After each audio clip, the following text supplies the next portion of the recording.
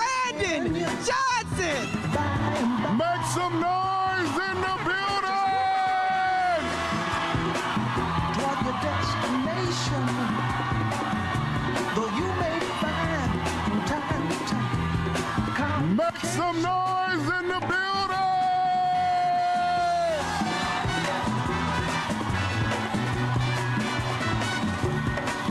Put your hands up in the air. Make some noise for Brandon Johnson.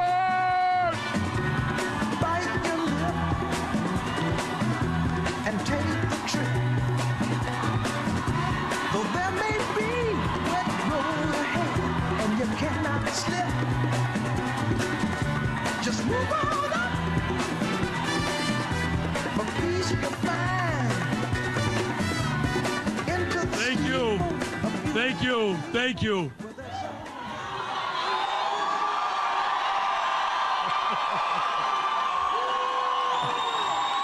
Make some noise for Brandon Johnson! Mayor Brandon Johnson! Thank you.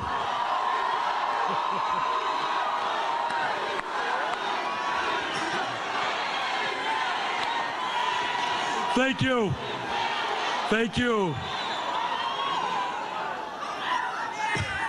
Chicago, how the heck are you?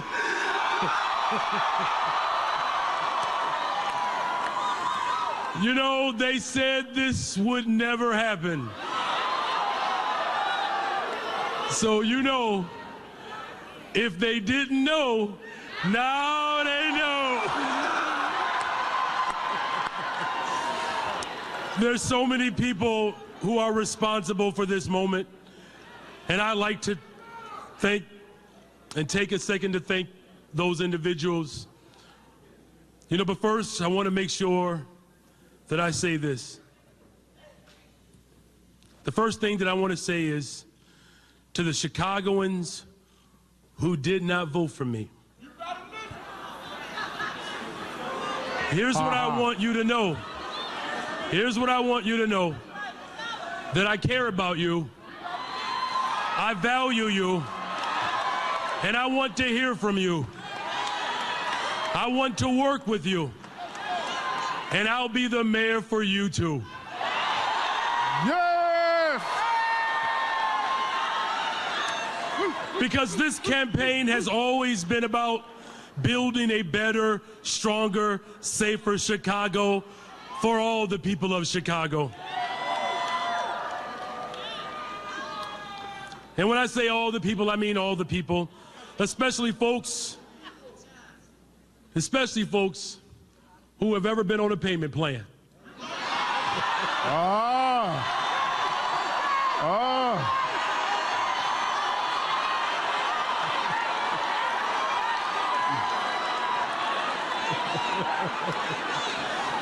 So from Lincoln Park to Humboldt Park, from Jefferson Park to Garfield Park, there are so many people that made this possible.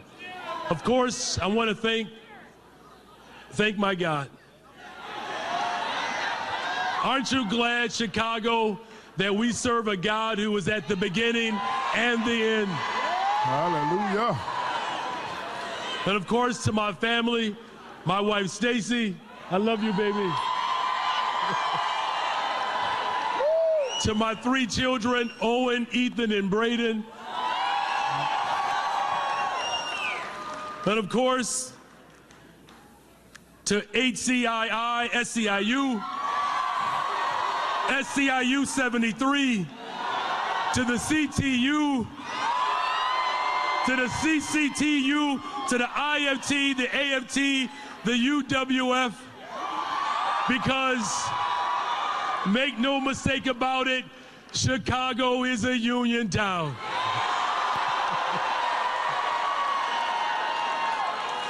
I want to thank the board president, Tony Preckwinkle, the Attorney General, Kwame Raoul, Congresswoman Delia Ramirez,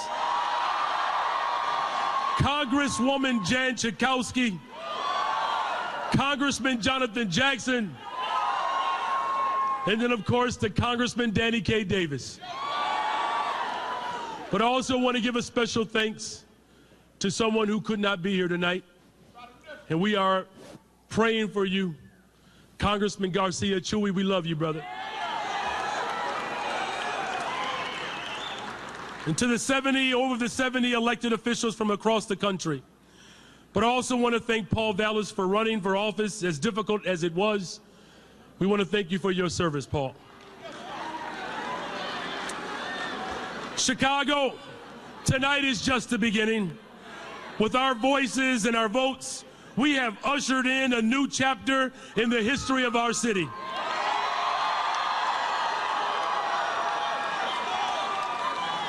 The truth is, the people have always worked for Chicago.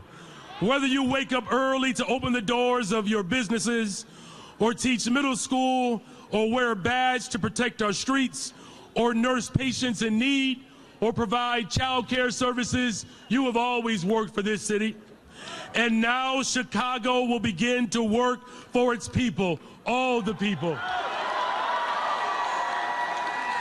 Because tonight is a gateway to a new future for our city. A city where you can thrive regardless of who you love or how much money you have in your bank account. A city that's truly safer for everyone by investing in what actually works to prevent crime. And that means youth employment, mental health centers, ensuring that law enforcement has the resources to solve and prevent crime. A city that actually respects the workers who keep it running and supports the entrepreneurs that keep it growing. A city where trains run on time and where no one is too poor to live in one of the richest cities, in one of the wealthiest nations, at the richest time in the history of the world.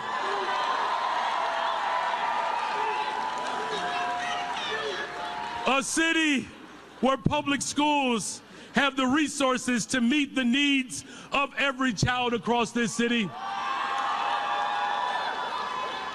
Now, in other words, tonight is the beginning of a Chicago that truly invests in all of its people. Now, you've heard me say this before, Chicago. Well, you're going to keep hearing it because the heart of this movement has always been about investing in people. I'll be honest, this is personal for me.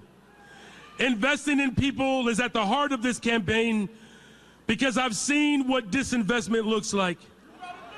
I grew up in a household with 10 of us, and if it weren't for Andrew and Jean,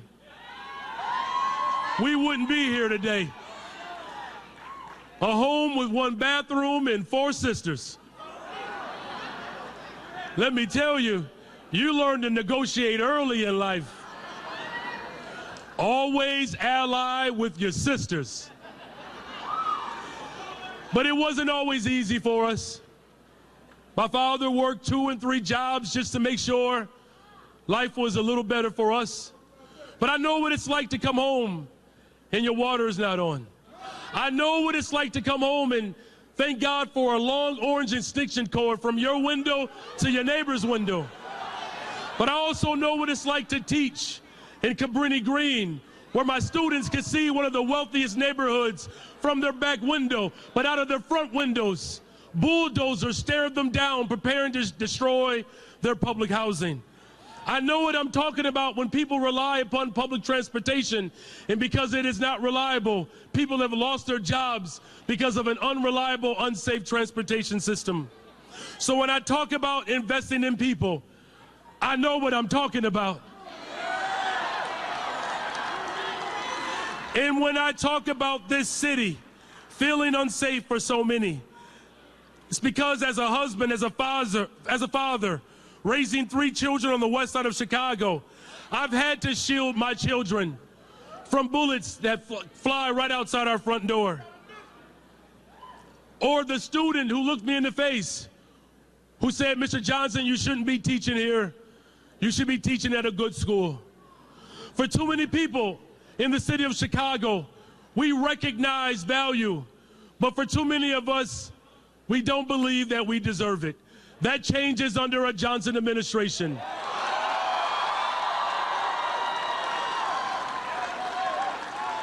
Because there's more than enough for everybody in the city of Chicago.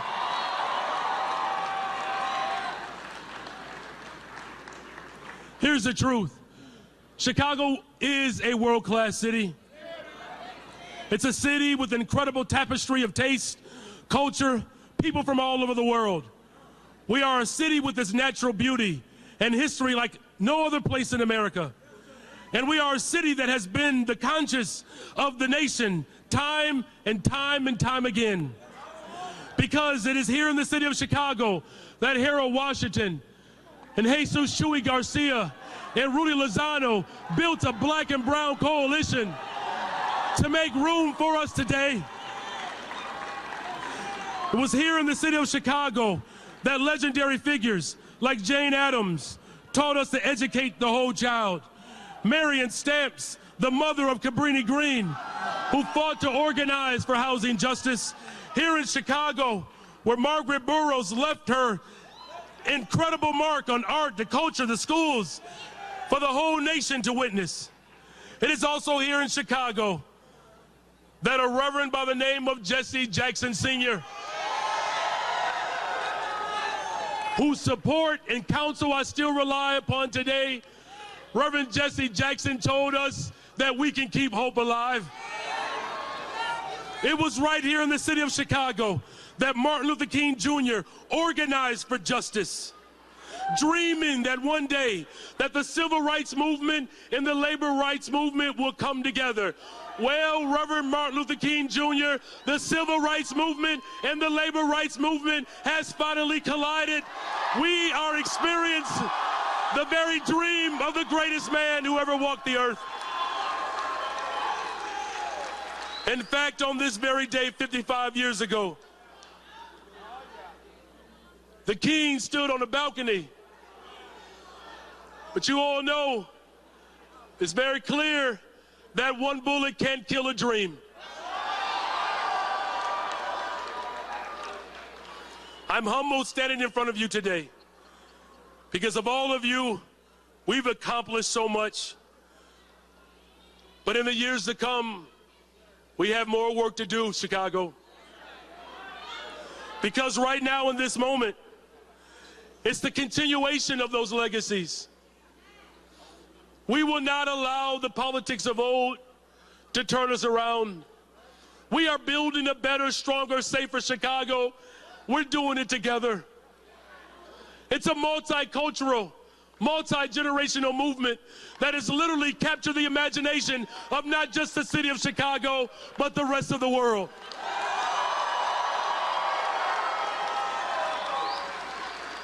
When Reverend Martin Luther King Jr. came to the city of Chicago, he said he never experienced a place like Chicago.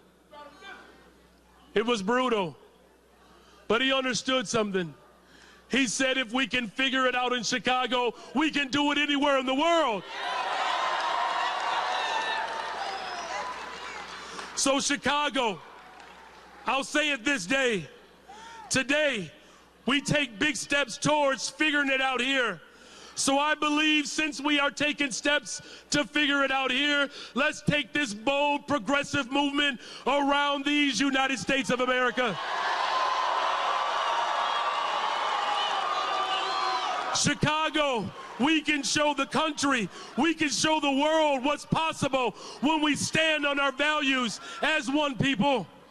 We can reject the false choices that have been presented to us for so long. We don't have to choose between black, brown, white, young, old, poor, rich. We get to do it for everyone, Chicago. We don't have to choose between toughness and compassion, between the care of our neighbors and keeping our people safe. If tonight is proof of anything, it is proof that those old false choices do not serve this city any longer. Here's the truth. looking out for our neighbors. It makes everyone safe. Tonight is proof that by building a multicultural, multi-generational movement, we can bring together everyone. No matter if you live on the north side, the south side, the southeast, the southwest, south or west side. Listen, you all, we have demonstrated that we can change the world, Chicago. We finally will have a city hall, a government that truly belongs to the people of Chicago.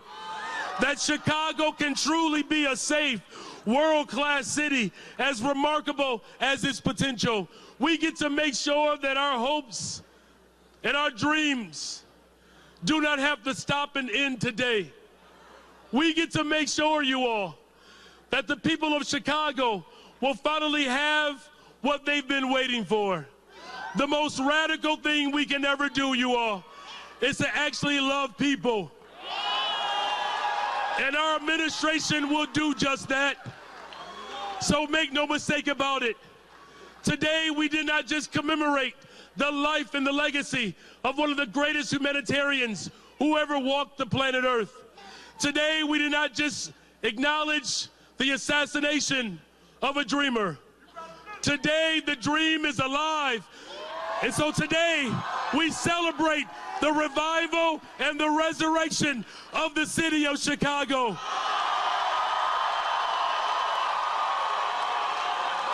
It is time for Chicago to come alive.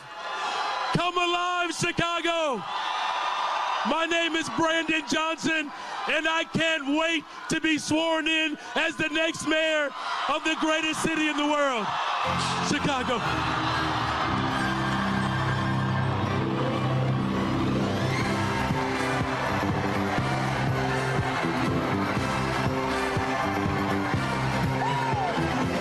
Everybody look around, 'cause there's a reason to rejoice, you see.